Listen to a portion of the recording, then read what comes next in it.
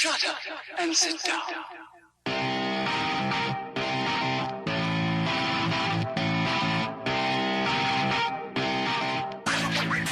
Some people just don't understand how basic things work. Because technology is bad. I wake up, I get dressed, go back to sleep, get up again, and then I slowly creep through the house. It's getting dark, I can't see. Make sure that I lock the door behind me. I head downstairs, unlock the bike, hop on and say peace out to the night. Y'all, the sun is slowly rising in the east. It's just another day, part of another week. I hit the street, make a right, head up the hill, wait at the light so that I don't get killed by an early morning driver. I'm an early morning bike rider, and I'ma try to... You are listening to the Dialed Podcast with Matt Grand, Sir Ian Gibson, Lance Hepler, and Jake Von During. Enjoy the show and thank you for listening. Wait, crap, I forgot to edit this vanilla intro they send me every week. I guess I need a vacation. On my bicycle, that's how I roll. I set of 14 gears and a pair of wheels. When I'm on my bicycle, don't do tricks cause I got no skills. When I'm on my bicycle, I just There's a guy going around at the moment that's dipping his testicles into glitter. It's pretty nuts. Hi, and welcome back to the Dial Podcast. I'm Jake Von During here with Lance friggin' Hepler. Lance friggin' Hepler. In studio. In studio. All four. 2 times in a row. Your listening pleasure. It is a pleasure to listen to me. Yes. To his right, the one and only Sir Ian Gibson. Hello, welcome. I feel like your intro Greetings. music is so good. Right. It It makes up for me not having It's so anything lovely. particularly witty to say It's so afterwards. lovely. Just the music itself. I wouldn't classify my comments as witty. Yes, that's how most people I feel like they classify your commentary. And last and least, Matt LeGrand. What's up, ladies and gentlemen of the internet? You guys are looking good. You're looking more chipper and awake than I am, that's for sure. You had a long night, didn't you? Yeah. You just posted a video like 10 minutes ago. Yes. Yeah. I started working on it at like 5 last night. Yeah. And yeah. Wait, have you been up all night? No, I slept for like 3 hours. Okay. Well, maybe almost 4 hours. But I'm tired. I slept almost 9 hours. I'm feeling That's freaking fantastic. I was talking to Jake about we talked about sleep on the last podcast, but I was talking to Jake and I'm like, he's like, if I can get 6, I'm good. I'm like, dude, no, we all need to be aiming for 8. I slept We 7 all hours and 18 minutes and got a sleep score of 74. I really think we should be aiming for 8 hours. And I don't want to hear I can do great on 6 hours. I'd be blah blah blah. No, we should be aiming I'm for not 8. striving for 6 hours. That's just my freaking brain and body. That's just how they operate. I wish I could sleep for 7 or 8 hours. I can't even remember the last time I slept for 8 hours, to be completely honest with you. If I hit that 7-hour mark, oh my gosh, I'm good for like a week. It's amazing. But that's just not how it is. Getting enough sleep is hard enough. When your Garmin app is nagging you that you didn't get enough sleep, maybe we can come up with some ways of improving that. But then mine says I didn't get enough REM sleep. So what am I supposed to do about that? You're still failing. I'm still failing, right?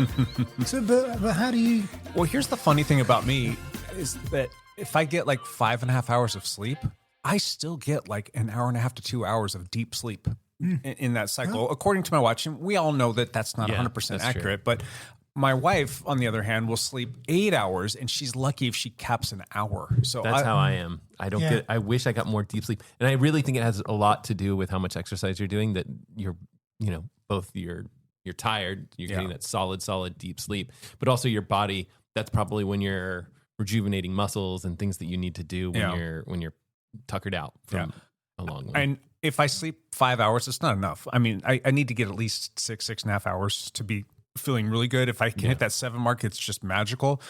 But if I get 5.5 hours with a lot of deep sleep, I'm still like good throughout the course of the day. It's the times where it's like 5 or 5.5 hours with like less than an hour of deep sleep for whatever reason. That's when I feel like absolute garbage. Yeah. No. It's going to be a rough podcast. You guys are going to have to put up with me stumbling over my words. That's unique. But yeah, we'll see. We'll see how it goes. How about some backpedaling, Matt? Would you like to backpedal for us? Yeah. I think I've ridden on Zwift a couple of times. I don't remember much of any sort of serious, cool, fun activities that I've done since our last podcast. So nothing exciting. Got in the pool a couple times. I've been coaching swim a little bit because they're starting their summer swim program stuff for the high school kids, and then cross country season, which is my main gig. I guess I don't know what my main gig is, but then that starts here in another week or so. So coaching side of things is going to be picking up pretty quickly, and I'll be out there trying to sneak some runs in. Probably, I don't know how much. Oh no, and now I got a working mountain bike, so I'll put the mountain bike on and take her for a spin and yell at kids. Sweet. Maybe throw beer cans at kids. I think that's my job. I'm not positive, but I think that's my job. Good deal. Finally got your brakes sorted out on your mountain bike. I think so. I haven't actually taken We her for a spin yet. installed some new internals, bled them, got them all It's gonna work set up. now. They feel great. We'll see how it lasts. Yeah. We've had some good success with there those. was something really weird. Like when it was hot, they would just kind of like lock up. And like I would go like a quarter mile on like a decently nice day or whatever. And then you couldn't spin the back wheel.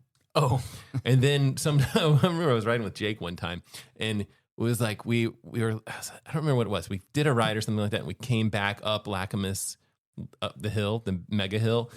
And then we get to the top, and I'm like, yeah, this brake's dragging. And he's like, I don't know. And I was like, here, try to spin the back wheel. And just like go to just like Well, stop. turn like an Yeah. eighth. I was pushing like 500 watts for at least 45 minutes because that's the amount of power that you guys just need to respect. That's always my problem with biking is the brakes are always dragging. brakes always dragging. It has nothing to do with the pilot. Holding me back. It's holding me back. Yeah. Sweet. Back pedal. How about you, Gibbo? Ugh, I got nothing really. Last time we did this, I could talk about our adventures in Mallorca and all this good fun stuff. Since then, not much has happened. I finally broken this chest infection, asthma thing, whatever I've had, and I kind of feel normal on the bike again. I had two big ambitions this last week to go cycling.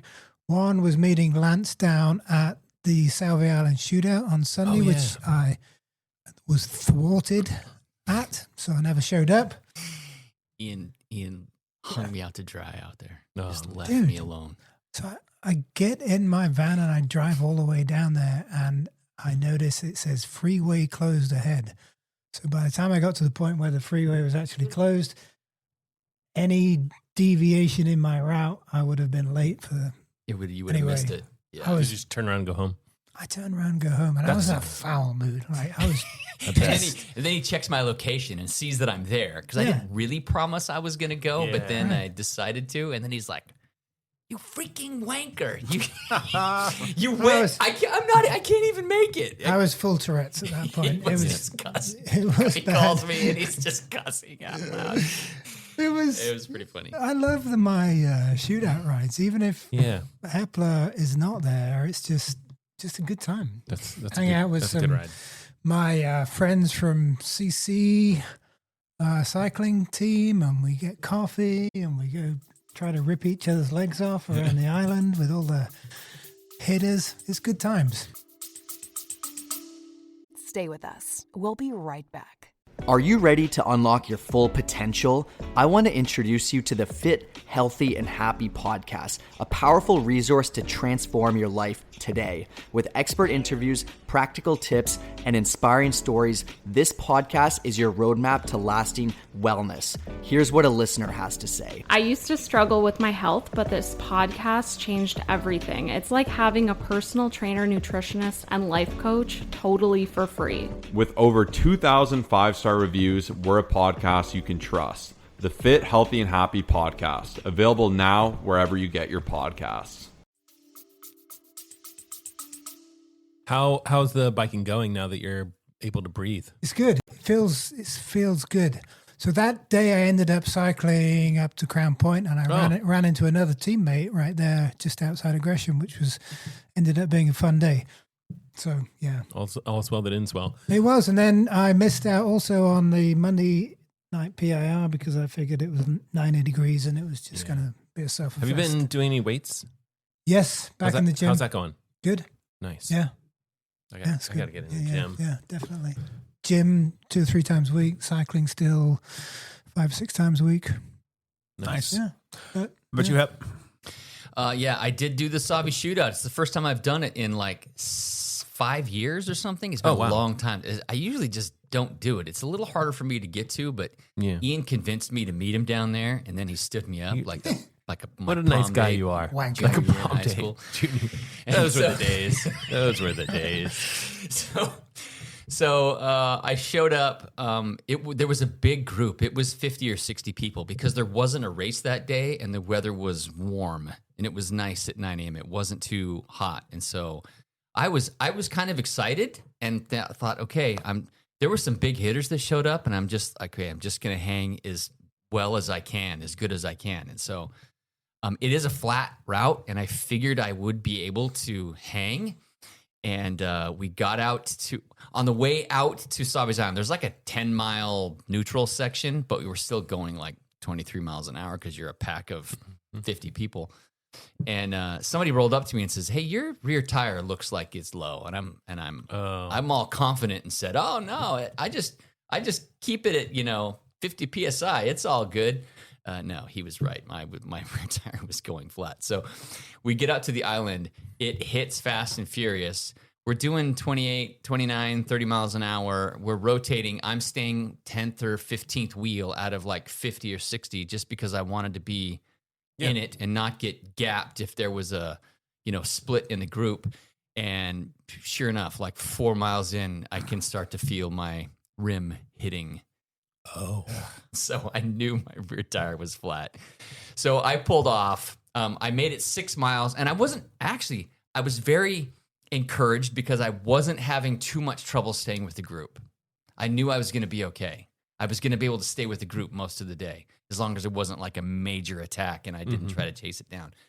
And so, it's easy to say that now, but feeling good about it. So I pulled off. I hit it with CO2. It filled right back up.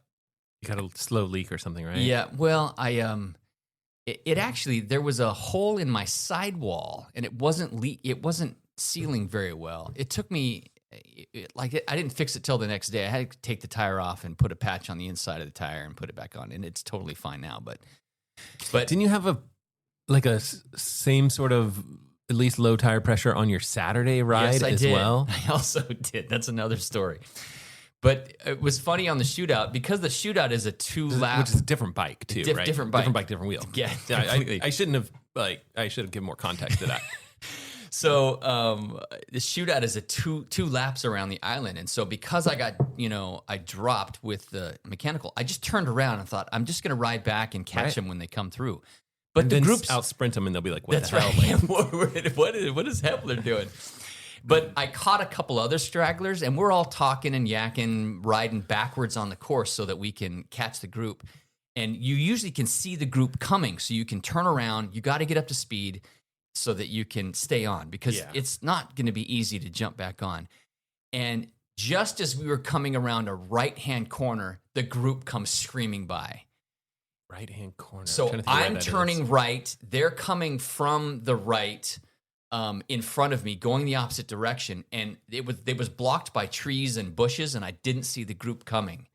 And so I'm like, how many watts did you put out? I put out like all of them. I did like all of the 600 watts for like 2.5 minutes to try to catch back on. Not happening. Ugh.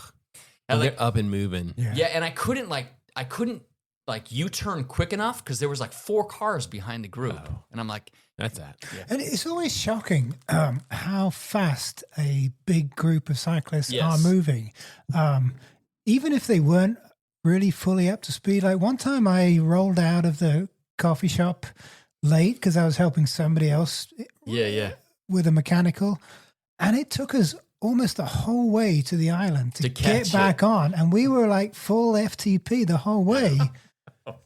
And that was the kind of quote unquote neutralized section. Yeah, it's a neutral section. They're just poodling along at 25 miles an hour. So I couldn't get even back then on. I couldn't get back on. It was hard, Yeah. So I ended up just slow rolling it the rest of the day, and I just missed the group. I do want to go back and do it again, but I'm going to be gone for several weeks, so I'm not sure if I'll be able to do it. Your for a while. Saturday ride, first of all, I think I saw it on Strava. I did make videos on both days. Yeah. And then I didn't see the Savi video yet, but I saw the Saturday video. I can't remember if I saw that video first or if I saw the Strava. Either way, like if you're into stalking people, Lance is a fantastic stalk, okay? Because you get to see, like, if you're on YouTube or whatever, you'll watch like the clips and you'll see some sort of like gorgeous dirt trail thing or whatever, and you're like, ooh, I want to ride that. And then it's a hop, click, and a stalk away just to hop over to Strava, and you can find his route and save it. You can and save the the route. route. So Yeah. you did like 40 something miles on Saturday, and I'm like, this is like, I need to get a gravel bike. I need to get out there because the course looked really It's a nice. very cool route. It's a very cool route. This is out in the Columbia River Gorge.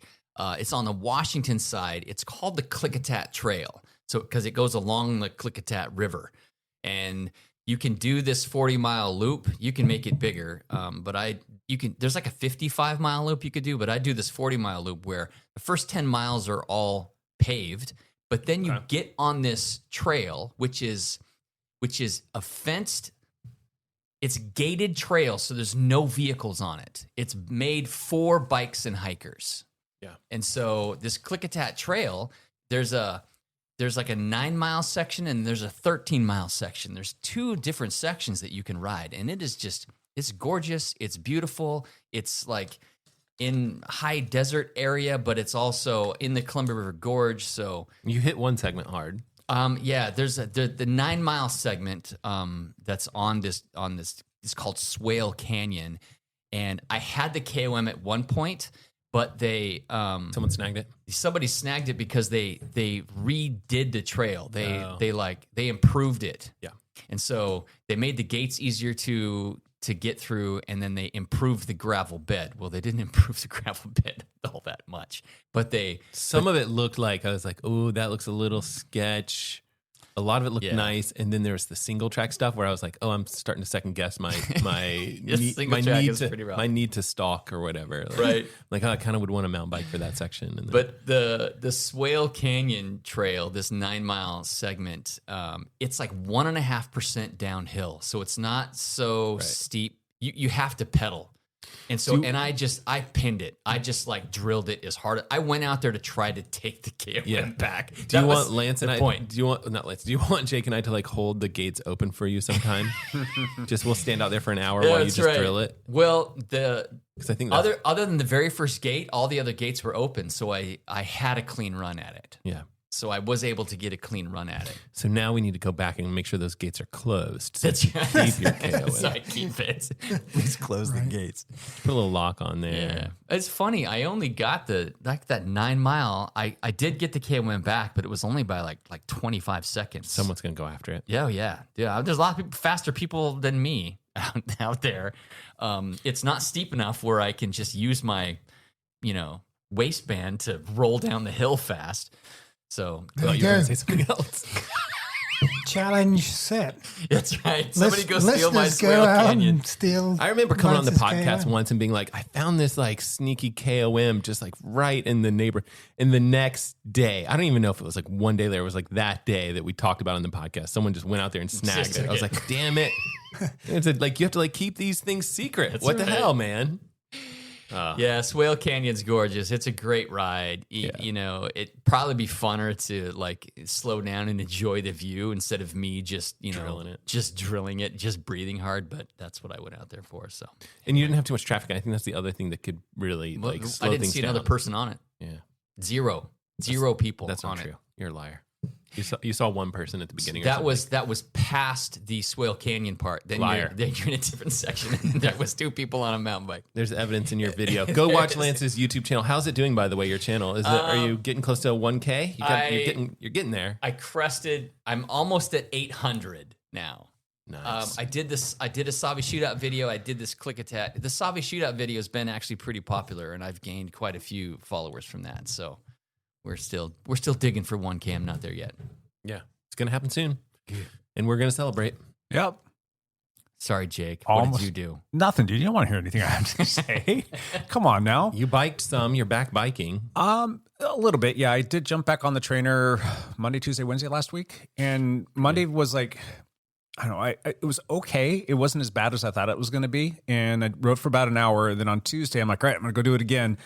And I'm like, this just doesn't feel good. So I rode for half an hour, and then I went back on Wednesday. Felt better. My fitness felt a little bit better than Thursday, Friday, Saturday, and Sunday. I felt terrible. When you say it, like, are you saying like you feel tired? No, it's just a specific spot on your body that you don't want to talk about.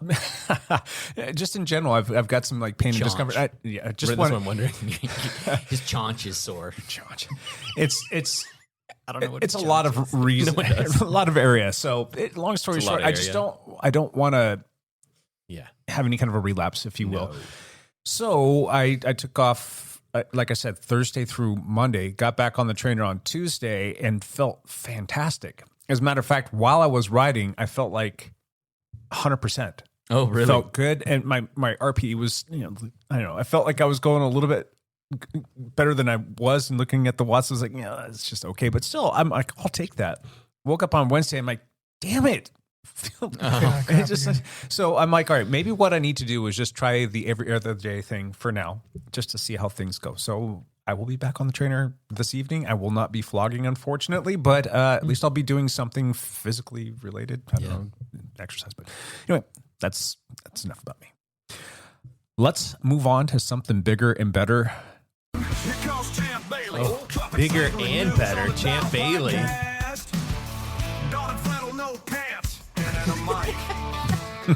No pants and a mic. What up, Champ? We have news is to talk about. here. There's stuff to talk about. The Criterium Dauphiné is happening right now, which is it's one of the big precursor races for the Tour de France. And I haven't been following it, so this is news to me. I'm excited, actually, to hear how's it going. This year, there's a lot of big names in it. There's some hitters.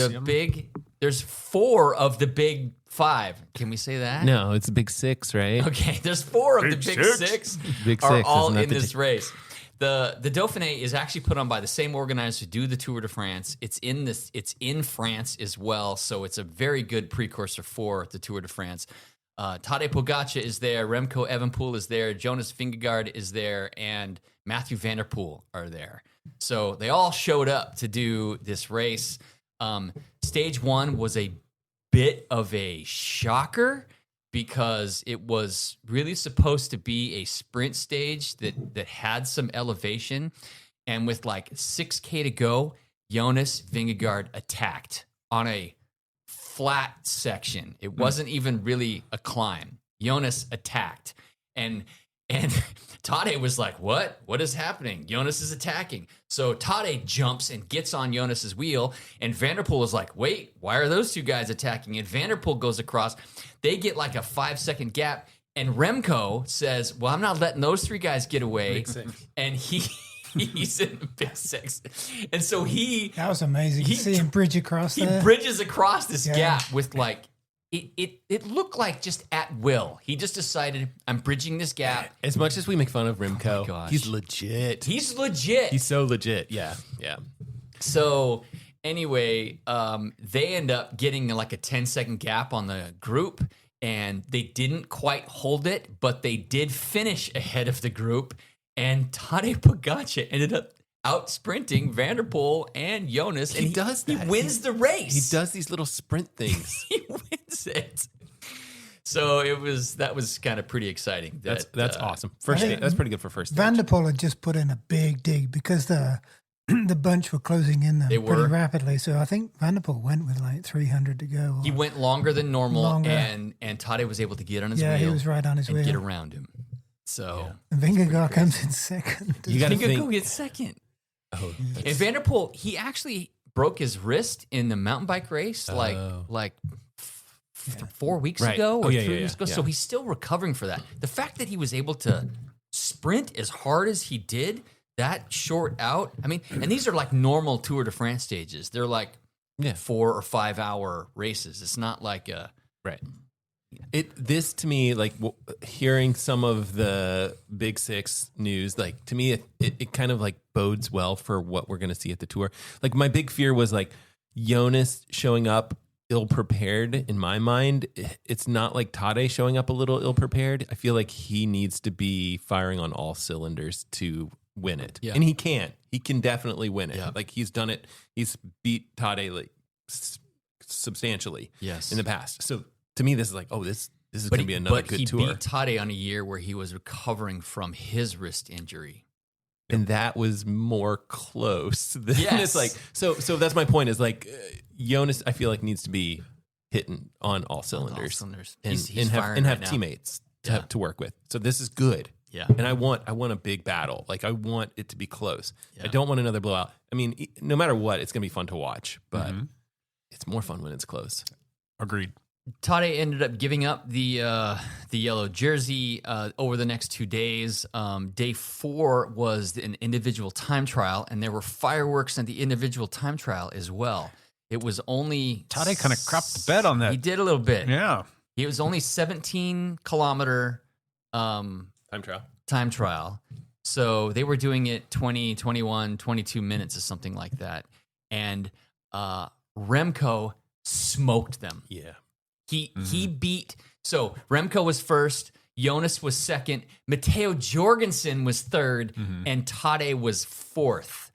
And Remco put 38 seconds into Pogacar, I think it was. It was 49 seconds into Pogacar right. and like 30 seconds into Jonas. So man, he is 17 Ks. over 17 Ks. So he is flying. Yeah. Well, Tade, what was going on? I mean, he almost lost it. He was drinking water. He was fussing around with a cleat or something like that, wasn't he? He said that he paced it wrong. There was a climb in the middle of this that was near the beginning of the time trial, and he said he paced it wrong. And I don't know if he just kind of screwed that up or if he is toying with them just a little bit and didn't want to show his cards in the Dauphiné this early. I don't buy that. You don't think that? I think just so. think it was a super strong performance by Remco. Ripped it. And he's proving that he is a legitimate contender for the yellow jersey in a couple of weeks' time. Yeah. I think it's going to be a 3-horse race this year. That would be awesome. And hopefully they all stay upright for, it becomes an actual that's the secret thing in the last week. But you're right about that. That's something that we're going to have to pay close attention to. I think that Tade went into the time trial thinking like, I'm not going to drill this thing. Like, maybe. I just don't. I mean, like, it's the Dauphiné. I mean, It's the Dauphiné. That's right. He's leading. He doesn't need to. I don't know. He's not leading anymore because now Remco's leading. Yeah. Yeah, so Which is Remco much took better. the yellow jersey. And I think Tade could be quite happy, like, not winning this race. Sure. Although he does like to win. He does like to win. But yeah, I don't know. There's a couple big mountain stages coming up and so it'll be interesting. It will all change. That was not today. There was another race today, but I'm not going to talk about it other than nothing changed in the overall. I'm just going to cross my fingers and hope that Jonas has some good climbing in him.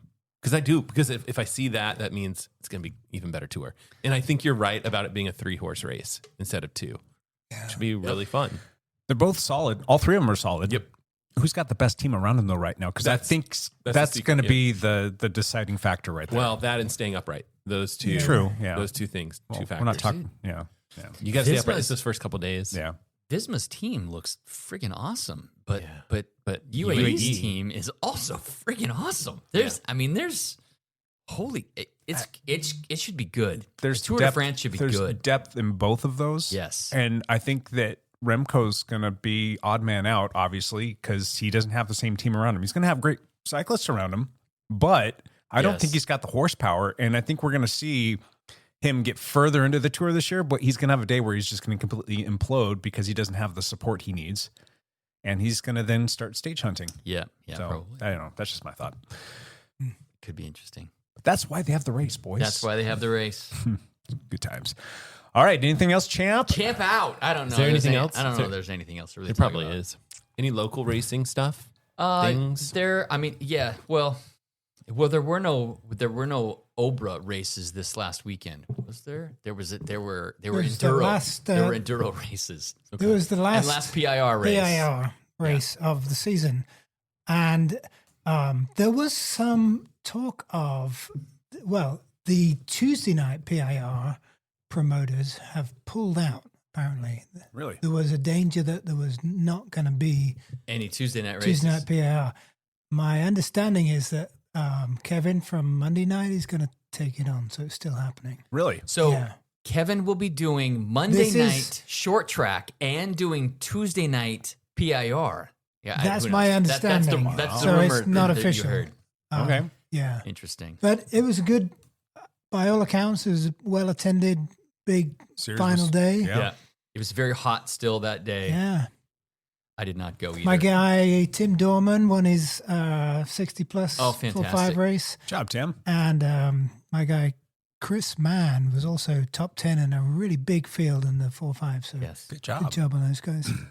Cool. Yeah, there's races this weekend. There's actually a race today. I'm going to be racing in about 5 hours from right now. Look at you. That checks out. That checks out, right? Come screw around with you guys. Go do a race. Yeah, you haven't raced in hours. So Washougal short track is tonight, and the cross country race is on Sunday. So there'll be some racing. Bend on Saturday. I might TBD. do Bend TBD. Yeah. The Bend crit, Chris Horner's crit in downtown Bend, which Ian and I went to last year and had a riot, had a blast. But it is a tough, narrow course. Ooh. And fast. It's fast. And that race is on Saturday.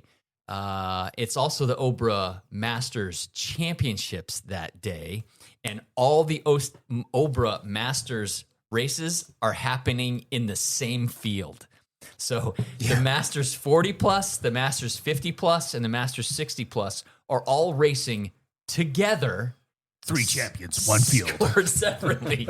Yes. Because racing against the 50-year-olds isn't hard enough. Was not hard enough. Now we have to race against the 40-year-olds too. Somebody that's 24 years younger than me. Oh, geez. So we can do it. That's got me questioning whether I should go or not. So there was really no racing last weekend, and we've got every kind of race that you can almost take a stick at this weekend. There's a ton of racing this weekend. Why do we have this problem? Because it's... Why is looking at a calendar hard? I don't know. I mean, even Horner's race goes up against another mountain bike race. So that's what I'm talking about. Because do you want to talk about real quick what tonight kicks off? Tonight, it kicked off last week. Wait, the short track, and then you've got short track. Don't you have all the mountain bike stuff out at Washougal this weekend? Yes. So tonight is the Obra short track Washougal mountain bike race. Tomorrow is a USAC. Tomorrow being Friday. The USAC short track mountain bike race at Washougal. Saturday is the USAC cross country mountain bike race at Washougal, and then Sunday is the Obra cross country mountain bike race at Washougal. 4 days of racing at Washougal starting tonight. All put on by Zone 5 Promotions. Scott Schultz has been working on this for a long time, and now we've got the criterium down. And the criterium is in the middle of that. There were races last weekend. There's the Spence Mountain Mayhem. They're enduro races that none of us do, so that's why Paul first did it. Paul did go. Yep, and Tristan. I meant none of us at this table. Correct. I don't know. That just kind of sucks because there's probably people that would like to do both of those, and now you're having to pick and choose. Like you're a good example. You would probably like to do both of those. I'd probably like to do both of those, but you got to pick and choose now. I got to pick and choose. So I don't know which. Just I don't know. Would you do 4 days in a row of mountain bike racing? Is that too much? I was already planning on not doing the USAC races at Washougal. Okay. That I was just going to do short track tonight and then Sunday cross country, which means I could go to Bend. But that means waking up Saturday, driving all the way to Bend, 3 hours, hanging out there for 5 or 6 hours, doing the race, hanging out, not being finished till 7 or 8 o'clock at night, driving all the way home 3 hours, and then back out to Washougal Sunday morning to do the mountain bike race. You could just drive straight to Washougal, though, right? And stay the night out there? Yes. That's an option. Unlimited camping out there. Yeah. I will say, as a promoter, it's you can't always get the date you want, for starters, right? Like we found that for our time trial this year. Correct. You think you've got a gap in the calendar, there's no conflicts, and then all of a sudden you find out there's a conflict, somebody else wants that weekend. So, there's a number of factors in there. Okay, so the crit coming up this weekend, is that a part of an Omnium or is that a standalone? It's a standalone event. Okay, why couldn't they have that last weekend? Because I know that Scott's had this on I the don't calendar know. for a long period it of takes time. a lot of. It's the city. It could be the city of Bend. That's true. I mean, because it's downtown. You got to close the whole of downtown Bend off, pretty much. Yeah, it's a big deal. They actually have a huge prize purse for the elite men and women at this Bend crit, like $3,000 to the winner. Wow, that's a good payday for a. Well, have you seen Baker City made an announcement yesterday? Doubled the purse or something like that? Doubled the purse. They got a $20,000 purse for the pros. Holy cow! Women and men equal payout, but Good. It's somebody's That should putting some attract money into more that. people. I think the pro field the pro one too is a pretty big field this year. I hope so. Good. Yeah. All right. Well, oof. Was that a champ thing still, or was that just another tangent that we went on? Champ's I think still Champ out. was already out. Champ's still out. All right, let's move on. I did it with nothing but my own blood, sweat, and tears, and extra blood. People dope. Yeah. You know, this is a sport with literally hundreds of dollars on the line and dozens of fans. The stakes are medium. Come on. How do you beat the man on drugs if you're not on drugs? Wait, did you just admit to being on drugs? The EPO Chain Mail. Send us a text with your questions. Forward this podcast to 15 people, and you'll lose 10 pounds overnight I'm on without it. even trying. On it. Yeah. You've got mail. Oh, let me get you. Oh, sorry. All right, let's run through a couple little EPO chain mails that came through on the old EPO. I don't even know what this thing is. It's the text line, we'll call it that. The first one came out, I think it was like the day before we actually released the last episode. Even It's us, been a while. even like we recorded that on a Tuesday, and I still wasn't able to get it out until like Saturday It was like Saturday afternoon or something like that. Yeah. Well, no, I think it was like mid late morning. Okay. It probably took a little while to propagate out, but it's just too much going on. I need like 3 more of me. But anyway, Cloning is an option. The popular option these days. I don't know. This wasn't like a question or anything. It was more of just a general statement. We are missing your soothing voices. Driving, listening to music like it's the 90s is getting old. The 90s. Who listens to music? What decade is this? I quit listening to music when I drive. I just don't anymore. It's always podcasts. Even when I ride, I listen to podcasts usually. Yeah. So I kind of like music sometimes when you want to go hard on the bike. yeah, if I'm doing intervals, I might do music. I bet for your KOM attempt, I bet you had music. I had. No, I It was was listening to podcast? some dumb story. Yeah, that's seriously. Yeah, that you would have been 10 seconds faster. I probably would have been 100%, faster. yeah. You would have been 10 seconds I should faster. have done that. If I'm doing Fluid. workouts, it's 100% all the Music. time music. You know And it's what? Very curated Pod playlist. too. doping. And Pod doping. they actually did a sports science study, and I always preface stuff. Sports science is pretty weak science in my opinion, and this is a guy who like went and studied that in college. But like the studies are always like, we had 3 to 5 athletes, and it's like, oh man, they're not strong. Anyway, but they did find that there was evidence of like benefits to athletic performance from having like certain music being played. And then one of the big pushes was like, hey, Nike did this sub 2-hour marathon attempt, and it was basically on like a closed track, and they were like, well, you guys should have blasted music because it could have been even easier for these guys. Yeah. Anyway, that's a total side rant. Go ahead. Well, that came from the great state of Connecticut. Have you guys been to Connecticut before? Yes. Yes. Yes? Nope. Same. No. It's been a while. Like it there? I've done 20 years. Worth visiting? Yes. Yeah, it's pretty cool. Okay. I mean, the Northwest is very. Pardon me. The Northeast is very different than the Northwest. It's a different kind of trees, different kind of mountains, different kind of. We need to go. Vibe. I need to do. People suck. I need to do Maine, New Hampshire, and Vermont. Like that's, Vermont for sure. I haven't done those 3. I've got some really good friends there that I've been meaning to visit for probably about 15 years.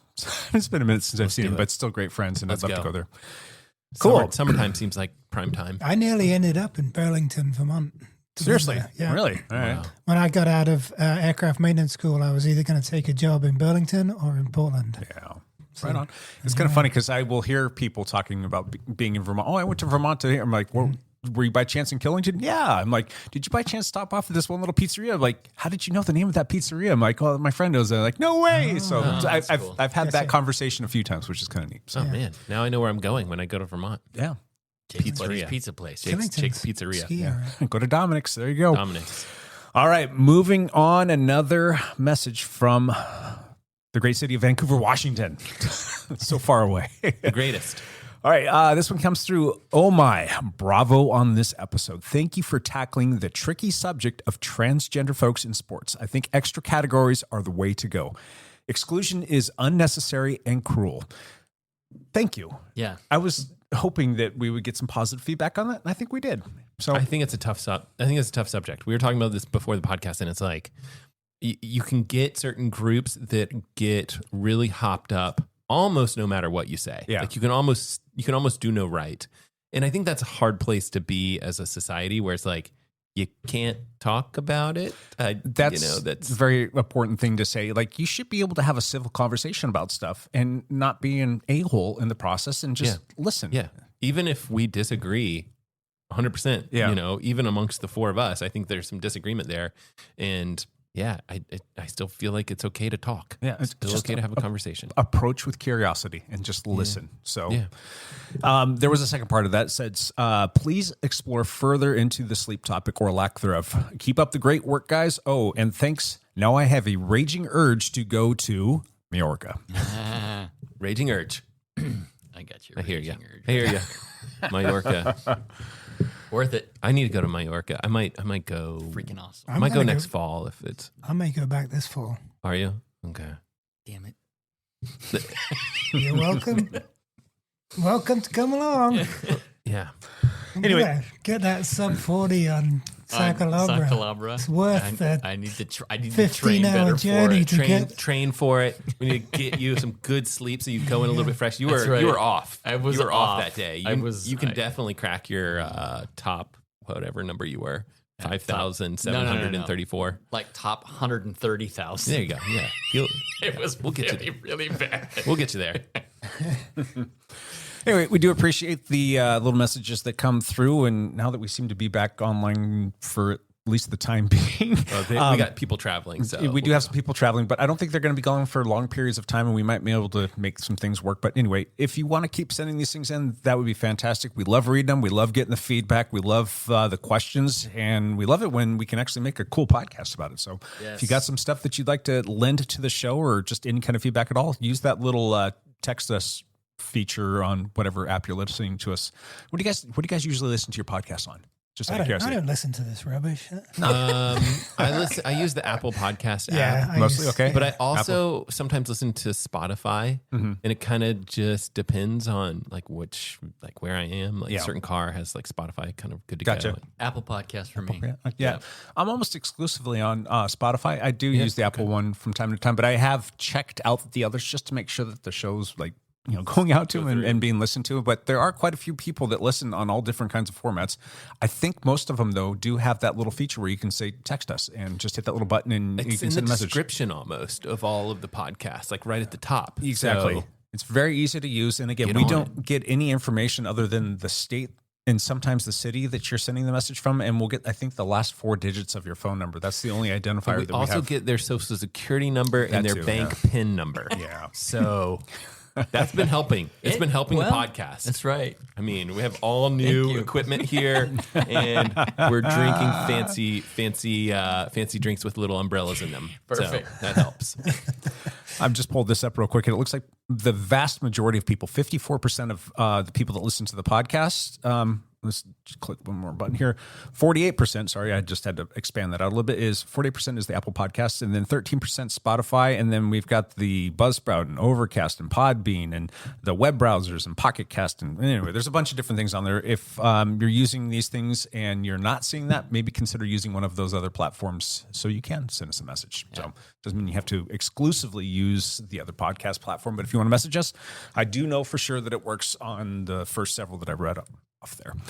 Thank you. Thank you. Awesome. All right, you guys ready to move on? I think should we wait for Matt? Matt went potty. should we kind of talk some trash on Matt Wise because he won't listen to this. It could be pretty funny. So I wish he wasn't such a wanker. He just put out his video this morning. Was that on the new watch? We can kill his one last thing. When he comes to talk about I just put out this video. Well, we already talked about Garmin Venue X1. Yep. Let's take a close look. This is Tosser. Have you seen that yet? It I looks haven't. just like the Apple Watch. It's pretty Okay. interesting. It's Wait, did you have one at the lab yesterday? I had one delivered and not delivered. I got a demo unit and got it over to Matt as quickly as I possibly could. And that's why he was up all night breaking that down, creating a video behind it, and got it launched this morning for launch day. So, but pretty cool looking little watch. The screen on it is, oh my gosh, it's really bright, and it's crisp, and it just looks really nice. It's responsive. It's got a flashlight.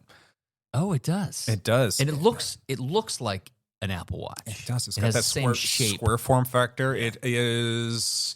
I think if you have it on the always on with like it cranked all the way up, it lasts for about 7 or 8 days. And then if you have the turn to wake thing where you move your wrist and it turns on, I think you're getting 20 some odd days out of it, as opposed to the Apple Watch, which is what, 2 days or something at most. I don't know. Yeah. I don't know if that's enough, though, for people to leave that Apple ecosystem, but let's stop talking now. Anyway, we're going to jump into our topic for the day. What were you going to say? I just looked at my sock clobber time. I was 83rd thousand out of 175,000. So that many people have logged rides? 175,000 people. Was that attempts or people? People. Yeah. Oh, my gosh. Different people have done the sock clobber climb. Oh, my God. What would you say the most... I know most done segment here is in the greater Portland area. Is there one that the most people have gone out and done and took a stab at or ridden on? Maybe It's got to be somewhere in the West Hills, I would think. You think so? The Portland area is Yeah, like Newbury or something like that. Well, it could be up to Crown Point too, but probably more. Yeah. Yeah, maybe. All right, let's move on. All right.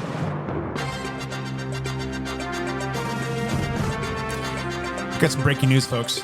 I don't know if you guys knew this, but the world is dealing with tariffs. What? Have you heard this? I have. This late breaking thing that just dropped. Breaking news. Breaking news. There's a thing called tariffs. Tariffs. Oh, you guys, the tariffs have taken firm grasp, and they've been in place now for about a month and change now, something like that, maybe even a little bit longer. Yep. It was a little interesting at the beginning because it was back and forth a good bit, and things seemed to have settled a little bit. Yep, and there was a lot of countries that kind of came to the table, and in that process, there was I think a 90-day pause that was put on the tariffs on those particular countries, but it really boiled down to the U.S. and China really just going at it, just body blow, just trading punches. And it just kept going higher and higher. And I'm like, oh my gosh, this is ridiculous. When is this going to stop? And it seems like there has been a little bit of an accord, and they're kind of at least discussing it. I could be off. This is like a daily thing that things are changing, but I'm not quite sure where we're at as of today. But it seems like it kind of they brought everything down. It's still elevated and whatnot, and you've got all the other countries that seem like they've got this moratorium, like they're not imposing the tariffs, and they're trying to sort things out and come to an agreement. And so for a while they're like, all right, what's going to happen? And the cycling industry gets a lot of its stuff from a lot of the Asian countries, Taiwan being one of them. Yep. Some stuff out of Japan, but a lot of stuff's coming out of China still. So they're getting hammered by the tariffs. Well, I have had the opportunity to talk to quite a few different brands and reps and people that work for some of these companies. And I'm always asking, hey, how's this going to affect you? Because we need to know these things. And in the beginning, it seemed like, all right, a lot of the stuff that we deal with is the more high-end stuff. And the high-end stuff does seem like it comes out of the Taiwan area. And in the beginning, it sounded like we weren't going to see as much or even any at all of a tariff bump, at least for the time being.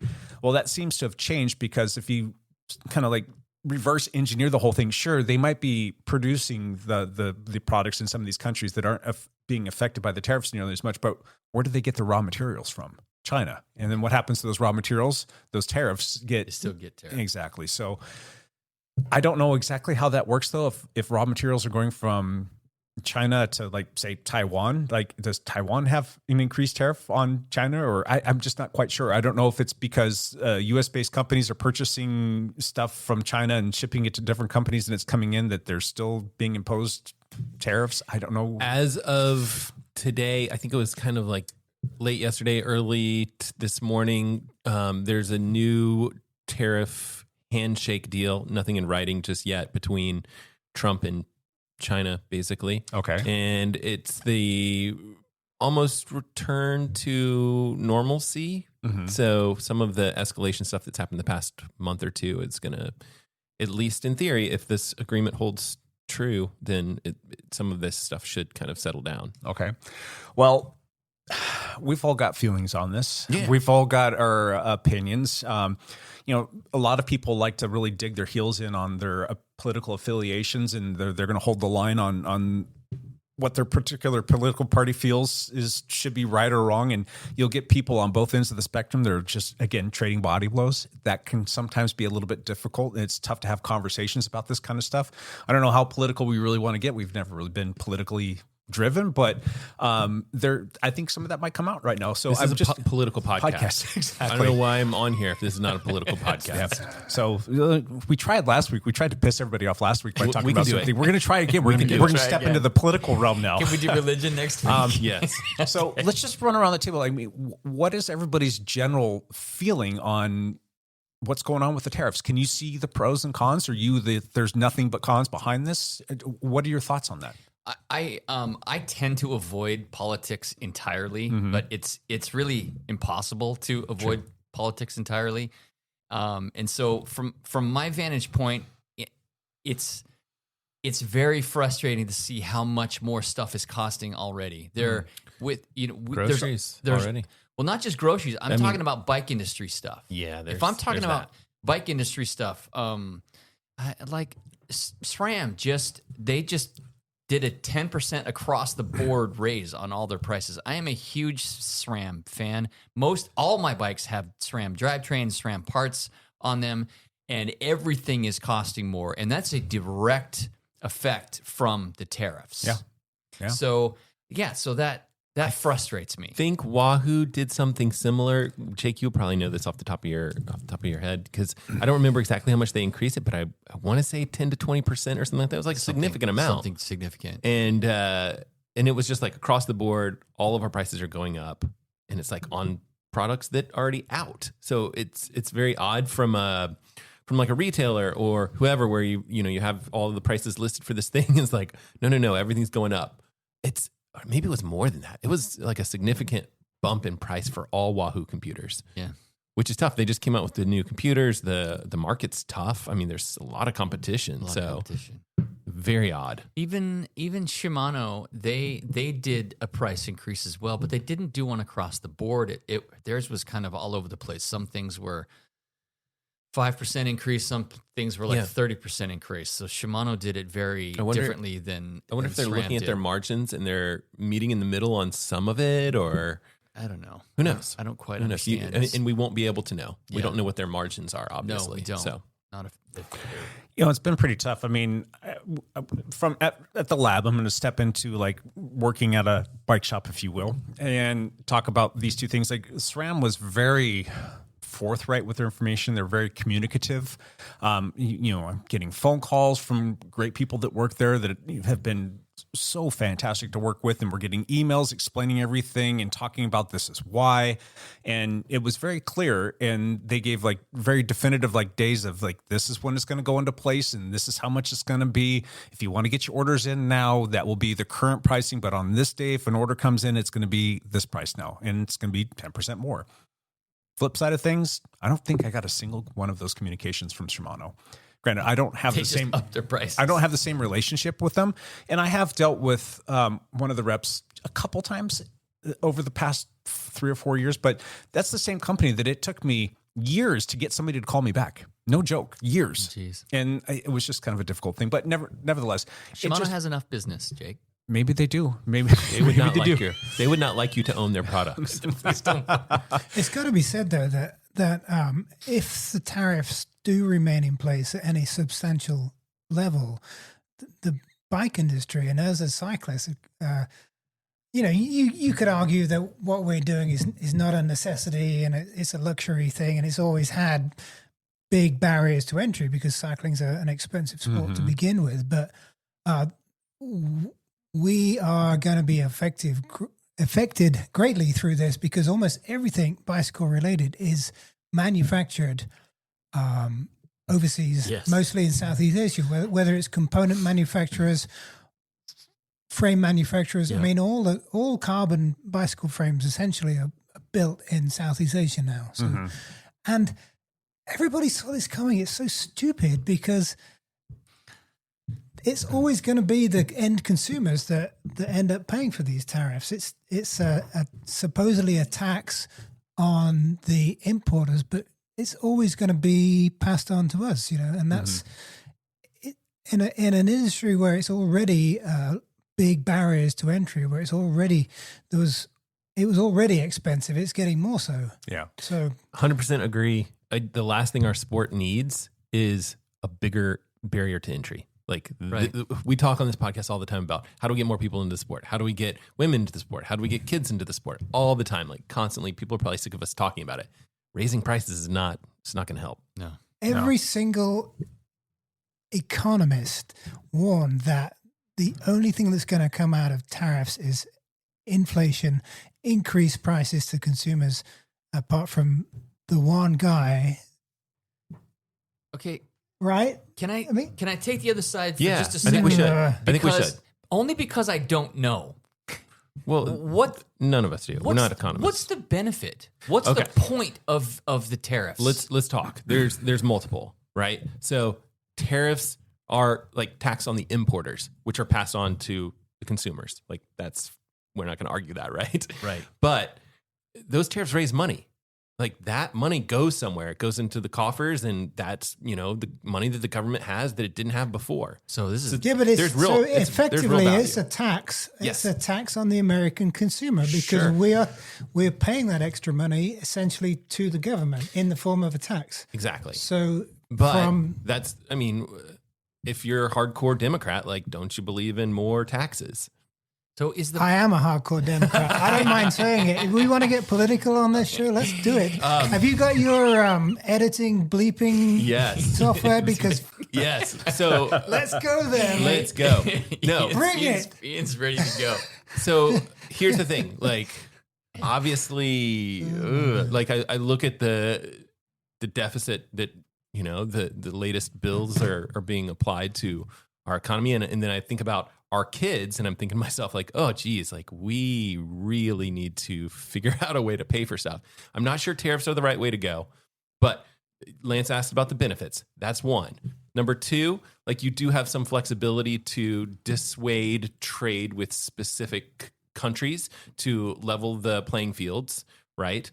Number three, there are definitely ways to use it as a bargaining chip, which I do think that regardless of which political party you assign yourself to, this has been used forever. Like tariffs have been used forever as a persuasion tool to discourage people from developing nuclear weapons or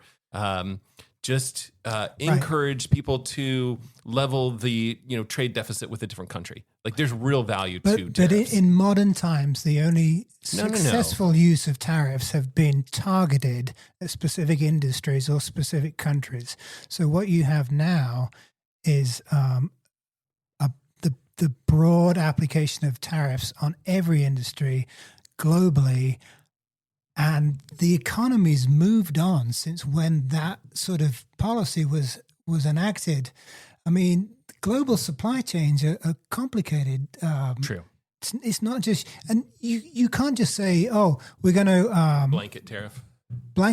Yep. So you can't. We discourage people from buying imported components for bicycles, let's say. So we want to make sure that bicycle components are manufactured in the United States. Yeah, okay. Problem solved. Except you can't just ramp up manufacturing. No. To build these factories. It takes years. Plus, the raw materials have got to come from somewhere, right? So, but what if, and this is more devil's advocate than logic, but what if there was a long-term tariff plan that would encourage more manufacturing in the United States? And in particular, there were things that we were passionate about. There were more cycling parts and more bike components and frames built in the United States. Ideally, great. That would be amazing. Amazing, right? Right. But I mean, the bicycle industry is relevant, but it's a poor example. A better example would be the auto industry, right? The auto industry is really tricky. How do you ramp up and bring back manufacturing? Right. I mean, it's one thing to impose tariffs, but you have got nothing to replace those manufacturing sources with, right? You can't just build a factory and suddenly start producing cars right here. I think it gets really tricky when you have kind of the direction that they're trying to push. And I'm not going to go out on the limb and say I'm a pro-Trump guy or I'm a big Democrat. Why don't you take your Make America hat off before you say that? No, 100%. I am politically agnostic. I like to look at things from an objective perspective. I like to look at things that are logical, that make sense. And unfortunately, we've got the left wing and we've got the right wing flying the same damn bird of they're all the same bunch of a-holes that are a part of the big problems that we have. They're not all the same, though.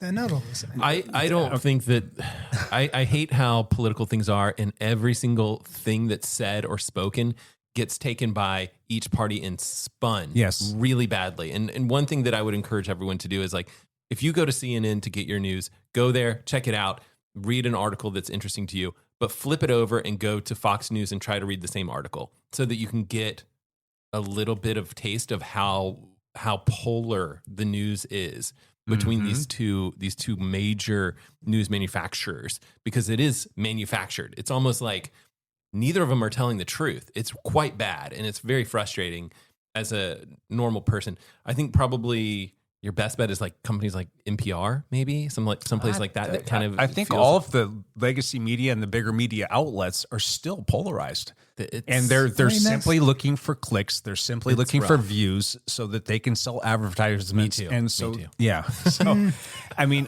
that's a big, broader conversation for sure. You know? And I agree with you. I was the same way, politically agnostic, very centrist, right? I mean, Democrat for sure, but I could see if the Republicans had a viable, strong candidate, you know, I could kind of lean maybe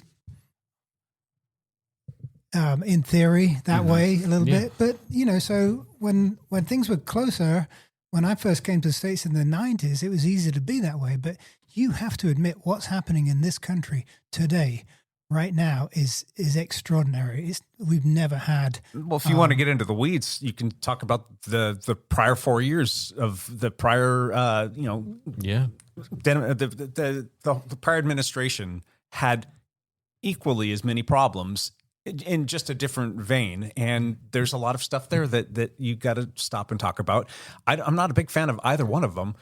You have to kind of cherry pick in terms of like what you like out of it. But then I'm not going to change anybody's mind. I'm not going to affect any policy. I'm going to agree with some things. I'm going to disagree with some things. What are your thoughts on the tariffs? You love them? Well, it's a love-hate relationship. I think it's a long-term, it kind of starts to make sense to me. But when you start to look at just the way that business works and the economy works. So let's say that the tariffs come to a complete resolution and everybody gets this equal playing field, and we start to bring back manufacturing, and it starts to we have some tariffs that maybe come in and offset certain maybe taxes, bring down some of our own taxes, and there's trade fairness, and everybody's like happy and healthy, and things seem to make more sense. And that's just I know that's not pipe dream, right? It's a pipe dream, but that's okay. But let's say that all this stuff is all hunky dory. At the end of the day, nobody's going to roll back their prices. Yeah. Nobody's going to do that. And we went through that same thing through COVID. You saw prices just go up astronomically. I mean, we've talked, I love using the example because it just tracked a particular bike from a particular manufacturer, and they were almost 3x what inflation was during the whole COVID area. And that price never came down. And they didn't bring it down. They never brought it down. Yeah. And that their margins came down. Of course. The margins adjust all the time. Yeah. And I think, here's my theory. Granted, there's some greediness there. 100%. But in their defense, uncertainty is a major problem in this situation. If you're not sure what your costs are going to be, you're going to bet on the other side of it, right? You're going to bet on the safe side. You can't go negative. For every item we sell, we lose money. Like that's not a good business, right? But here's the thing. My point is I've asked people what's going to happen, say in 6 months, if all of the tariff stuff has settled and everything comes back to, we'll just say normal. Are you going to roll your prices back? And the off the record remark is no, it's going to stay where it's at. Nothing's going to change. You might see a price reduction in a future iteration of said product, but for that product's cycle, it will stay at that particular price. And like that, so you've got your MSRP price, which is like what the manufacturer's retail price is. There's the dealer's price. That's going to stay the same. But you know that if the tariffs come down, chances are that company, that brand, or whoever's making that thing, their cost is going to come down. So their margin could potentially get increased. Now, I don't know how granular to get on this, because if their raw materials prices don't come down, then they're just dealing with the same thing. So maybe it's the raw materials prices that are really making the most money here. Does that make sense? So if their costs come down and they keep everything the same, they're going to make a bigger margin, but nothing changes for anybody else, because we have to abide by the minimum advertised price. Now, you can sell anything that you want to, but if you put it on the internet, you have to abide by that minimum advertised price. Otherwise, in the United States, right? Otherwise, you lose your dealer agreement and you're screwed. When they put the prices up of things for whatever reason, whether it was the supply chain constraints through COVID or the taxes, effective taxes through tariffs, you're right, the prices remain elevated. They never come down. And they just went up again, though. That's the problem. It's like, when is this going to stop? Yeah, well, knock it off. The other phenomena is even goods and services that are not affected by import taxes, they end up putting up their prices as well. So, for example, if there was such a company that built bicycle parts, let's say a rear derailleur here domestically that wasn't affected by tariffs, they're going to look at the market price. So Shimano and SRAM put their prices up. What incentive does XYZ domestic company have for keeping theirs lower? Volume, keeping their margins the same, keep their price down, and it's going to then create a supply and demand issue. It's going to create a price discrepancy. People are going to say, I'm going to try this out because it's 10, 15, 20% less. But really what happens in the end is XYZ company based here in the States puts their prices up to the new normal accepted level, and they just have a better margin, or they, you still can undercut the, offshore competition because of tariffs. And so, yes, you still get the benefit of raising your prices and making higher margins and being the undercutted price, competitor in the marketplace. You win in that scenario, which again should bring more manufacturing to the United States. If you can say, hey, here you can make more money, and it's not just a little bit more money, it's a lot, because you get volume and you get better margins. So in that way, Ian, you're kind of a fan of tariffs. But it's a dream anyway. You bring manufacturing back to the United States. True. Great. Are you going to are all those manufacturing plants and facilities going to bring up the employment rates? No, because how would they not? Well, unemployment rates are already low. Because of automation, because when you build new factories these days, you build it with robots. It's not like a factory of the 1900s when you employ thousands of people. There are companies that are basically coming to the table and saying, we're all in. We're going to bring manufacturing to the States. We are going to invest hundreds of millions, if not billions of dollars to build these things, and it's not going to be all run by AI and robots. I mean, there's going to have to be a certain number of people that need to work there to manage that. So you got to think that, well, something's better than nothing, and that's just the way that everything's going in general. Like, people are going to start losing jobs to AI. People are going to start losing jobs to automation through robotics. There's also so many jobs that are going to be in the future that we have no idea what they are right now. They don't even exist, and they will come about because of how everything is changing so quickly. It's just going to be unfortunate for those that don't choose to make themselves a little bit more marketable. I think I disagree with you, Jake, because I think that a lot of people are announcing projects and announcing all of this, like moving manufacturing to the U.S., and I think it's poo-poo. because I think that this is like the rub Trump on the back to make him happy. And then people are just like, we're going to do this. It's going to be, we're starting 4 years from now. And then they're not going to do it. I don't disagree with you there, because there is a lot of grandstanding going on. And there's a lot of people that are just like, put your money where your mouth is kind of a thing. If that doesn't come to fruition, then yeah, that sucks. Since the glory days of American manufacturing, right, we had a world dominating auto industry, you could argue, other things going on. Since those times, manufacturing has gone away, true, but the American economy has rebuilt itself as service orientated, and it's been largely successful. The unemployment rates have been relatively low in the last few decades. I mean, with occasional fluctuation, but there's nothing intrinsically wrong with the economy as it is, or there wasn't before the apple cart was upset and we brought in these tariffs, which, I mean, this broad application of tariffs Press pause on that for 1 second. When you talk about the service-related stuff that we are providing, there's something to be said about the trades, because we are at a massive deficit for people working in the trades. And you can go work in the trades and make a killing right now, and you can bypass the whole, like, let's go to college or university and get our degrees and go then get our white-collar job. You know how many of those white-collar jobs are going to disappear in the next 5 to 10 years? You know how much of the service-related jobs that you're talking about are going to disappear with AI and automation? It's going to hard to know. I would be sure. You and I are big AI believers. Exactly. It's hard to know for sure. Right. But I would bet the farm on the fact that there's going to be so much of that that's going to disappear. So then you're going to have a lot of people you're going to transfer to the trades, because you got to find jobs for everybody.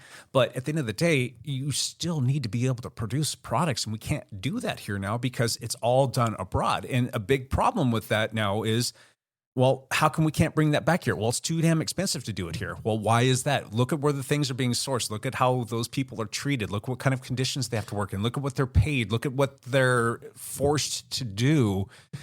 I think it's even more complex. It's like, yes, that sounds extremely complex, but it's even more complex than that. Yeah. I think what you'll see with a lot of manufacturing pieces, like take bikes, for instance, because that's the podcast that we're on. But like when you need, like, let's say you want to do, you're going to do carbon fiber compositing, and you want to do that in the United States. Great. That's awesome. But now you got to ship that carbon fiber itself from where you're going to get it. It's going to come from China. So it's like all these little pieces. And what's neat about China is they've got the manufacturing set up in such a way where like one city specializes, and this is just like as a for example, but like one city set up to make these little carbon fiber strips. The next city next to it does a fantastic job with factories that are compiling or manufacturing carbon frames, and it's like the next city next to that has got carbon fiber City wheels, supply chain, and it's just very, very tightly knit. Yeah, and so it's great. Like we could do something in the United States, but you're still having that tight turnaround from city to city versus like going halfway across the world is a huge benefit to China. Sure. And that's the piece I think that's extremely hard to break, not just, the price point of having like tariffs here and, shipping there, whatever it is. Basically asking to rebuild the whole way the economy is working right now, which you could say that idealistically you could do that given a number of years, right? You could turn manufacturing around. I think that's what you're arguing, but it's not 4 years. ready now. Right. And in the meantime, between now and when all these shiny new factories are built, we're going to be paying this tax to import the things that we're used to buying. Short-term gains or pains for long-term gains. I mean, I don't want to do it. I don't want to go through that. And I want to believe that this is going to be the end result of us doing this. And sometimes you've got to work a little bit harder. You got to struggle a little bit. Do I like it? No. Do I like how it's affecting the cycling industry and people in general? No, I don't. But I just wish that there was a more suitable way. I do want to say one other thing, too, that kind of bothers me. And you kind of get little glimpses of things here and there, but it seems like it gets suppressed, and it's so hard to just know for sure. But is China really the big bad boogeyman? Right. Are they really that bad? Because you will see things where people will like go and they'll take video, they'll post up a something like on TikTok or Reels or whatever, And these aren't people that are being paid by the China, people. Do they I have to think- suppress like unique ideas or ideas that don't necessarily go along with their how do they treat the people in northwestern China? Like, do they treat those people well? Different ethnic origins? Do they censor the internet? I think there's serious. I mean, there's probably a lot of stuff that is problematic, but is it as bad as it's made out to be? It's almost like the US has to have this enemy thing, right? And it's born out of fear. It's like right now China is like the boogeyman, like you said, and this is our adversary, and I wonder why so much. It's like going back to the 1950s when everybody was afraid of the Red Scare. The Red Scare, right? The communist uprising. And what happens when you get people scared, when you start to fearmonger them or you make them feel like it's us against them, that's where people can start to have a little bit of power and a little bit of control, and they can feed a narrative and make you do certain things. That's the same damn thing going on with the left and the right here in the United States. If you go out and talk to the mass majority of people and you don't talk about politics, they get along just fine. But then you bring that one thing up and then all of a sudden we're mortal enemies. And look at this fire at the table right now. I think Ian's point of it being like a world trade situation that we are living in now. We're not living in the 1950s, right? We have this world economy that we are pretty tightly knit into, and it just gets very difficult. Like, agree with China in their policies and how they treat certain people, or disagree with it. You kind of got to work with them, right? Like, you kind of have to deal with it. And if I'm going to play devil's advocate again, like, these tariffs and things like that maybe are helpful in getting better trade agreements in general. Maybe the tariffs are just that. Maybe they're just a negotiation tactic. A lot of people have proposed that. In fact, a lot of people are claiming that Trump is playing 3D chess, and here we are. Yeah, like he's not smart. He's nailed it, and he's brought China to the table to make a deal. Hard to say. Have you guys heard of Allied Bicycle Company? And I think so. They make a gravel bike, they make a mountain bike, and they make something else. Anyway, they're a Bentonville, Arkansas company. Nice. And they were manufacturing in the United States for the last several years. They manufactured all their carbon bikes, all their carbon frames in the U.S. in Bentonville. Allied is partially owned by some of the Walton grandsons, not all of it, but there's Walmart money in Allied, and Bentonville is basically built by Walmart. Yeah. And anyway, what did Allied do last year? They moved all their manufacturing overseas after having all their bikes made in Bentonville. They had initially said, we're a U.S. company, we're a U.S. manufacturer, we're standing by that, but the product was cheaper and better. It was like better quality from these frame manufacturers that they found overseas. So they moved all their frame. They still do all their painting in the U.S., but they moved all their frame manufacturing overseas. This was pre-tariffs, so I'm not sure what's going to happen with them now. But they have changed their entire manufacturing situation. I bet we could get someone from the company on the podcast to be like, this is what happened. I'd be so curious to be like, how's it going now? What's happening now? Like, where are we now? Well, that's something that affects us at this table right here. So what happened to their bike prices? Their bike prices came down before this. Yeah. Is that all going to change because of these tariffs? I don't know. But it makes me trying to bring this all back around. I see the point of the tariffs, okay? I see the point of, increasing revenue and political power and trying to bring manufacturing back to the United States. But what is actually going to affect me personally? Jake, how many prices are going up at the lab directly related to the tariffs? I can't see all, but I'd say it's in the high 90%. Ooh. And it's probably the 10% that manufacture in the U.S. that aren't going up. The rest are probably mostly going up. Yeah. It's either that or they just haven't sent us the notification yet. But it's it's actually been a little bit bewildering. It's been, oh my God, such a massive pain in the ass. But you go and you're checking on all of your things, and it just so happened that right at the beginning of when all of the tariffs started, we were doing a full inventory audit. We've got over 2,000 different SKUs. And we're just making sure that all of our inventory counts are correct and making sure that all of it's on our website, making sure that it's all formatted correctly. And it's a massive undertaking. And then the tariffs dropped, and then all of a sudden, all of the prices are going to change. So you got to go back and you got to touch all that again. And you have no idea. It's not a simple like, let's just download a CSV file, then upload it, and it'll change. It's not that way. It's not that easy. It's product by product. It's product by product. And it's... And can you imagine it's like, that's one store. That's why Jake only sleeps 4 hours a night. That's it right there's there. There's just like millions and millions of stores, and then millions and millions of manufacturers that supply those stores. And there's millions and millions of middlemen that work in the industry. That all of that it's like so much work. Yeah. And so when I was asking that question, I'm like, is this all going to change in 6 months? Is it all going to come back down? Because part of me is like, I want to see it come back down. But the other part of me is like, crap, I don't want it to come back down because I got to go do this all over again, print out a bazillion labels for everything. It's just such a massive pain in the butt. The people that are making labels are making a killing. They're killing it. They're It killing just it. underscores the fact that absolutely nobody is benefiting from this. Like, you're not as a reseller, as a retailer. Well, of course, we're not going to benefit from right now in the moment, but I still but ultimately, will you benefit if I don't know in an ideal way? If it on paper, I should. In a couple of years, you should start to see some stuff come back. You should start to maybe see taxes come down. You should start to see certain things normalize or maybe be a little less expensive. But the problem is, we've got American businesses here that see an opportunity to keep margins pretty healthy, and it doesn't sound like they're going to walk it back.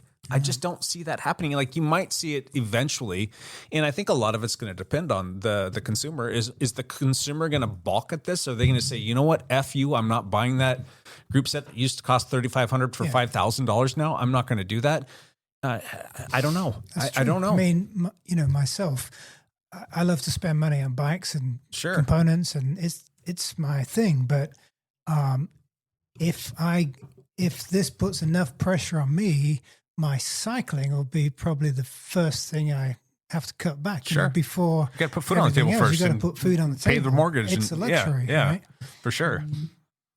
So I just don't see anybody that's benefiting right now. Well, of course not. I'm being charged a tax. The tax is going to the government. Is that going to bring down the deficit? Is that going to lead to increased spending on infrastructure and investment? So not under the current administration right now. But all of these cuts are actually funding some. Okay, here's a little bit of an analogy for you. We'll say it's, I don't know, the end of December, and you're out on a 5-hour Zone 2 training ride, and it's 39 degrees and raining sideways, and you've got to finish this ride because you know it's going to make you stronger, it's going to make you more durable, it's going to make you more resilient, you're going to be faster in the spring. That's how I kind of liken this whole tariff situation. Like, we're in the thick of it, and in that moment, you're like, this absolutely frigging sucks, but I'm going to do it because in the back of my head, I know what it feels like to get to the springtime and not have prepared or have prepared. And I know what I want to do. So I'm going to keep pushing. Except for, I think in this case, that springtime, knowing that you're going to be stronger is more like, I might be stronger. Well, that's a might be. You might be getting hit by a car. You might be getting hit by a car. But there's a bazillion things that can happen. Or like, crap, I got older and it's just not going to come back to me the same. But I know if I put in the work, it's going to work. But I guess to your point, Matt, I get what you're saying. Right. There's no promise that it's going to get better. I think tariffs are tricky. When things get better, they're only going to get better for some of us, not all of us. And right now, it's looking like the people it's going to get better for is probably not you and I. That's my point. Maybe. I mean, That's a good final thought. Yeah. We should probably put a pin in this. Matt, final thoughts. I mean, as much as I argued the other way, I think a lot of economists would probably suggest more open trade benefits economies. Mm-hmm. So, yeah, that's my thought. Jake. My final thought is, does it suck? Yes. Do I think that there might be some benefit to the country, not just the cycling industry down the road? I do. And I'm hopeful and optimistic that way. I think Ian kind of generally comes at things from a little bit more of a pessimistic standpoint, like more of like he's going to challenge that, or he's going to rise up against it. And if it turns out for the better, then great. But I think that I just kind of a different perspective, and that's just kind of always how I've been. But yeah, that's kind of where I'm at. But the thing is I can't do anything about this. All I can do right now is just kind of roll with the punches and try and make this as painless on us as possible. Try and make this as painless on our customers and our team as possible. Yeah. And so to wrap this up, let me ask you, Lance, what your same question. What is your final take on this? I'm a selfish bastard, so I'm pissed about it because everything costs more. Okay, so to that point, then let me ask one final question: how can you still find a deal out there? Do you guys have any ideas? Any thoughts? Any suggestions? We talked about this before. It's like find the people that haven't reprinted out the labels for all the 2,000 items that they have in their store. Find those deals. Snag them before the retailer figures out what's going on. Yeah, I mean it's a butterfly effect, and it's just going to propagate out, and it does take time to hit everything, but. As a dealer, you do if you've got something advertised on a website, you do have to abide by their minimum advertised price, which is their MAP. And if you go below that, there's a lot of manufacturers out there that actually pay firms or use AI, or they've got system, or they're paying people to peruse the internet and check for all of their stuff. And if you pop up on that, you either get a phone call or you get an email of saying, "Get this changed for us right now." Have you changed your Wahoo prices? People right now. Hey, did you hear the hesitation? Jump on it, man. Maybe I've lost track of so many things because we've changed so many things. Buy. You've got to get this done in a certain amount of time. However, because all of this stuff just happened in such a short period of time, there's still a lot of people. We've still got a lot of stuff on our website right now that's still the old pricing, and it takes forever to get this stuff changed and on right. Go search around and find those things, because sometimes you're going to find a product that was, one price and then it went up 10% or 12% or 20%. I didn't get to finish my Shimano point earlier. SRAM was a global 10%. Shimano was all over the freaking map. I've seen anything from 12%, 10 or 12% up to like 20%. I'm like, how are you justifying that? Yeah. And what the frick is up with tires? There are some tires now that are $115 for a for a single road bike tire.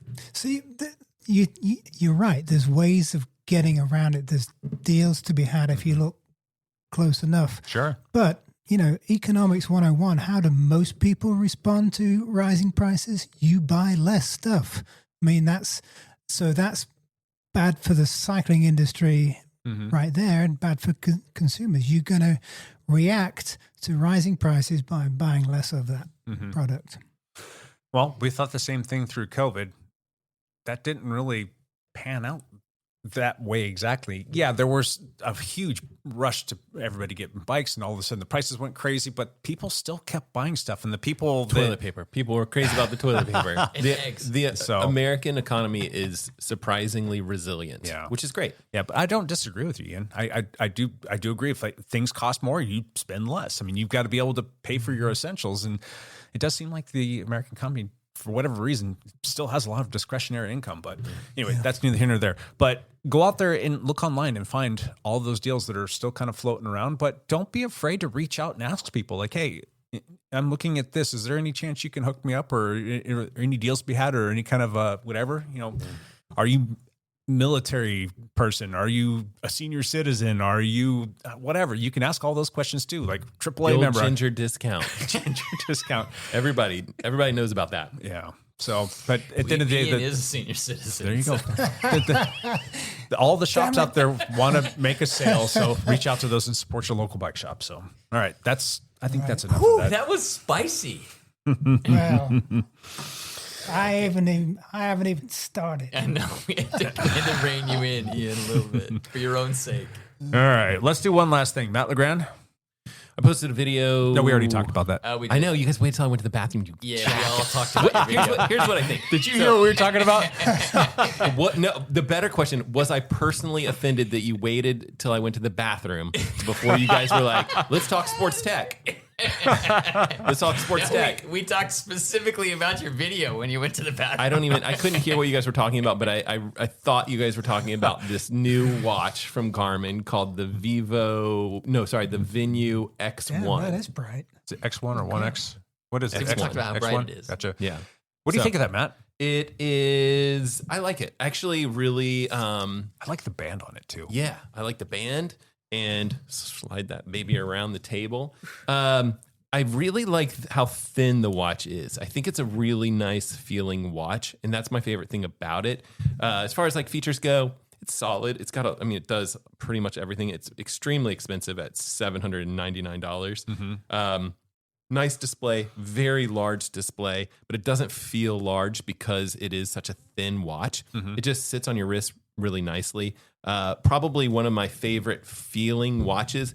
I used to have a watch that was really similar to this called it was the original Garmin Vivo Active.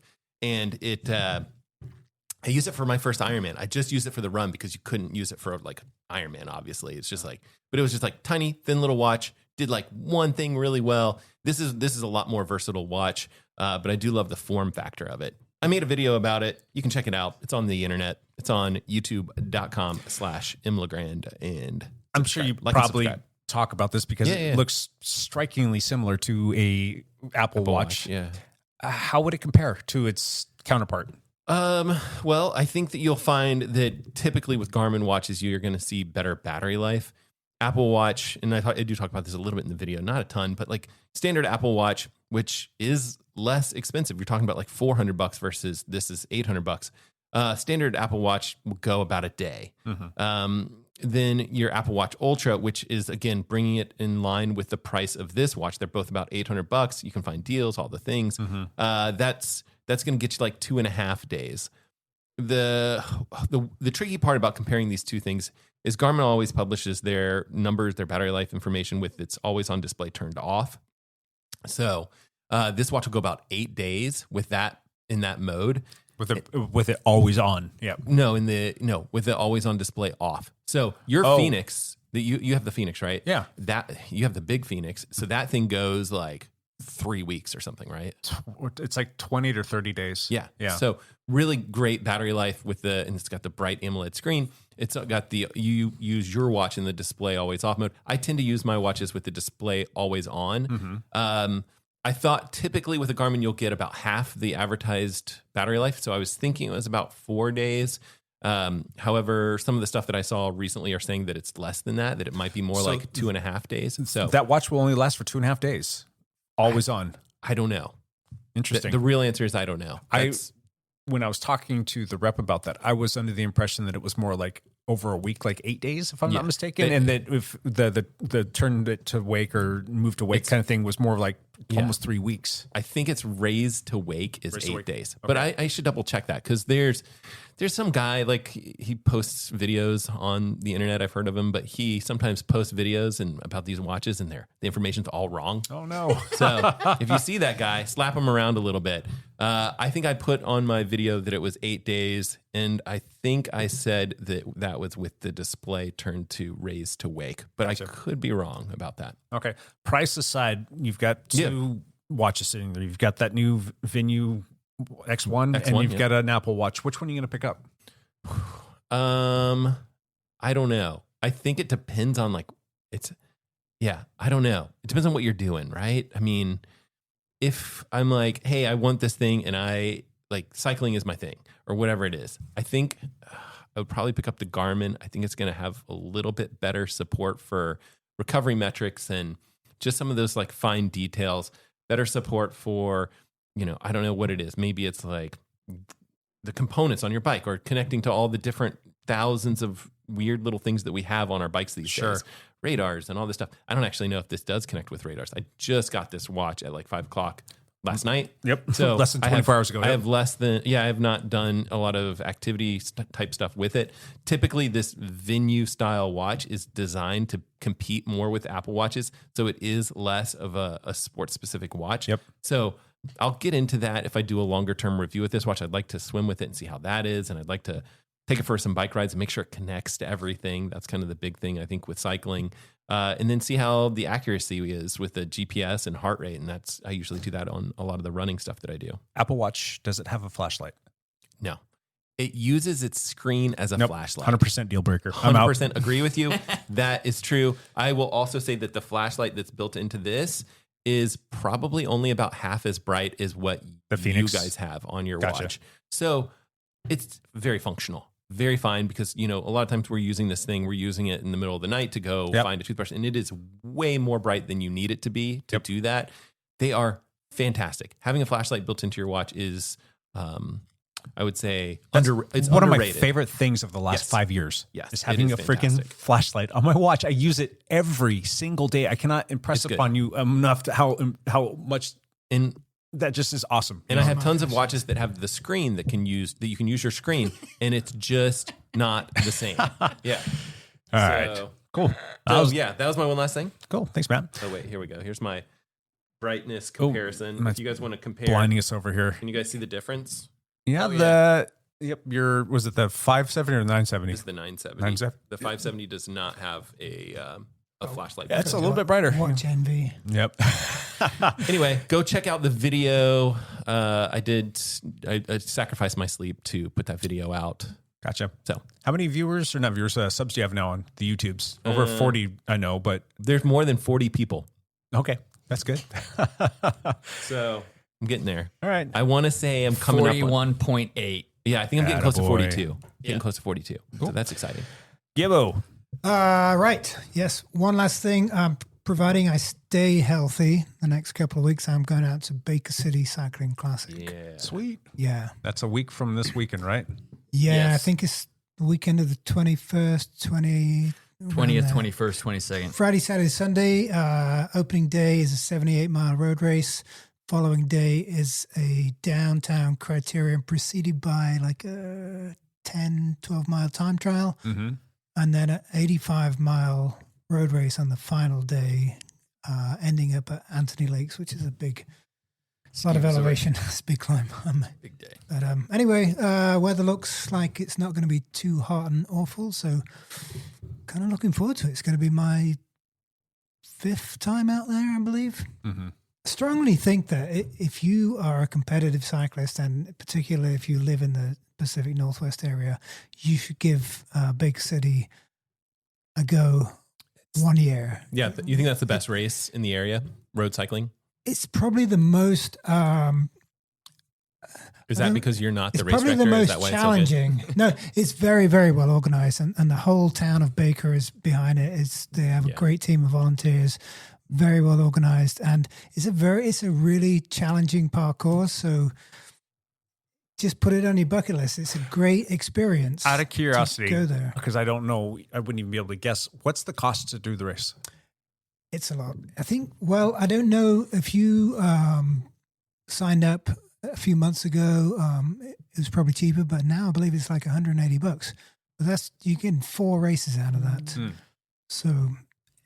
Yeah, it's $275. Oh, is it really $275?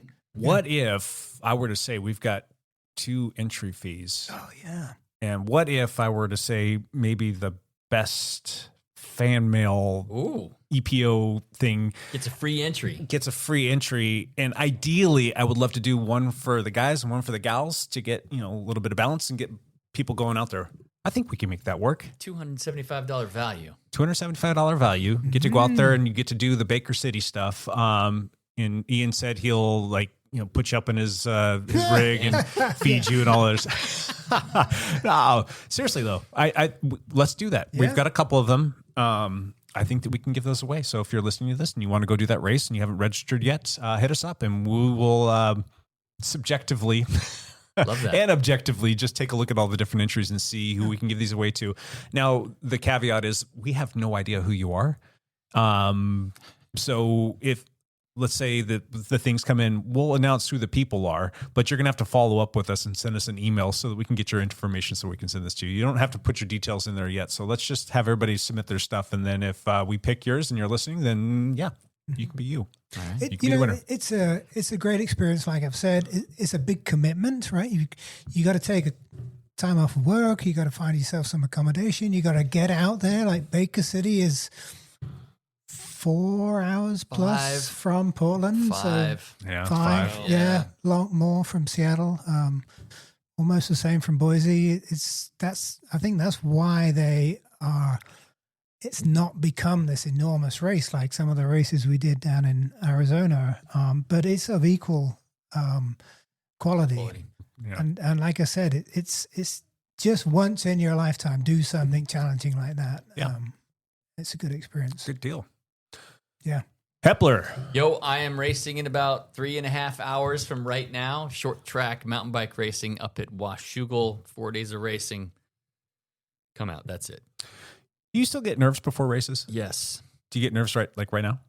Yes. Yeah. This one, not so much, because since I'm racing Cat 1, the pressure is off on me entirely because there is no chance of a decent result. So the pressure's off when I show up at these mountain bike races now. I just go. Did you ride the course? Rip it. No, I haven't. Yeah. So what's registration like on that? This is gonna be my one last thing. Go support them. Second question. Well, not question. For my one of the things, go support Washougal. Go out there and do the races, and go do the Horner Crit thing down there too, because they're good. They support junior cycling. Go do all of them. Do all the races. But what's the registration like out there? it's a little bleak at the moment. Right. It's not great. We won't have this podcast out in time for tonight. Is tonight going to be a womp womp kind of thing for them? Are they going to be able to continue doing that? I think there's like less than 100 people registered at the moment. Or right around 100 people registered. How big is your Cat 1 category? There's 3 people in it. Oh, geez. And you obviously know the other 2. Yep. Yeah. Yep. I will not beat either one. You'll be on the podium, though. I might, if they have a walk up, if they have a day of race registration, if nobody day of race registration, I might make the podium tonight. Well, I could just put a sign up that's like day of registration here, and it's like a guaranteed a podium brick wall. And then they're just like, people are standing in line. They're so confused. The gun goes off. I think that's our way to win. And then what about registration for the UCI races? And then is it UCI or USAC? It's USAC. USAC. Okay. What about those 2 races? They're also a little bleak. Okay. And then what about the Oba race on Sunday? It's a little bit bigger, but it's because it's the final race in the 6-race series. So there's a few more people registered for Sunday's cross-country mountain bike race. All right. Well, yeah. Hopefully this podcast Today's will be posted. hard because it's today. We're recording this on a Thursday, and these races start in the afternoon on a Thursday, and people are working still. Well, they're working, and it's not easy to get from. It's a half hour from downtown. Even if you're coming from downtown Portland or Vancouver, there's still traffic everywhere, and to get all the way out into Washougal, that's a little bit of a hike. So, would have been nice if they could have had it later in the evening, but I don't know. It is what it is. There's racing up until like 8 p.m. tonight. Yeah. Because of all the categories. So that's why. If you're on the fence, go out there. Washougal is fantastic. If you've never been out there before, that is such a great venue, and it'd be awesome to see that be used to a greater extent. And Scott's trying to do it, so go support him. Cool. All right, I got nothing else to say. I am done. We are done. We will be back next week with another one of these, and until then, bye for now.